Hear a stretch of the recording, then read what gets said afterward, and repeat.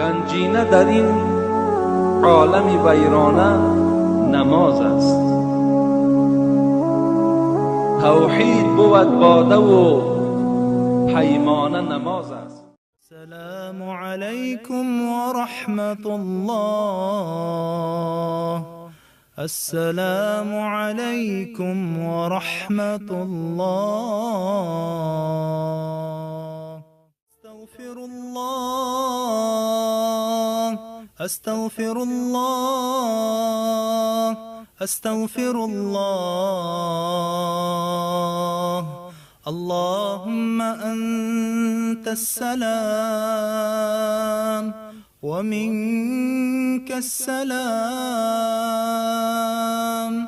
تباركت يا ذا الجلال والإكرام. بعد آیت الکرسی را خوانده تسبیح ها را میگرداند. 33 مراتبه سبحان الله، 33 مراتبه الحمدلله و 33 مراتبه الله اکبر.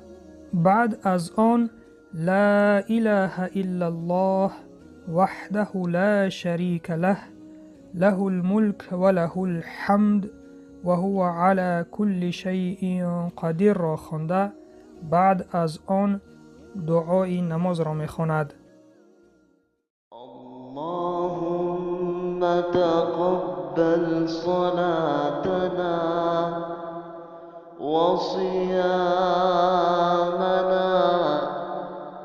وقيامنا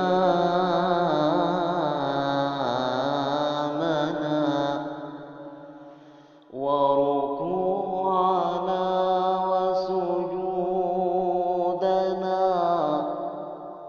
واجعله خالصا لوجهك الكريم. این را فراموش نکنیم که بهترین دعا آن دعایی است که مضمون آن را بفهمیم، چون که دعا کردن این طلب کردن از پروردگار است و وقتی که ما چیزی را طلب میکنیم باید بدانیم که ما چی را از خداوند طلب کرده ایستاده ایم. و سلام بر آن شخصانی که راهی هدایت را پیش گرفتند. گنجینه در این عالم ویرانه نماز است. توحید بود باده و پیمانه نماز است.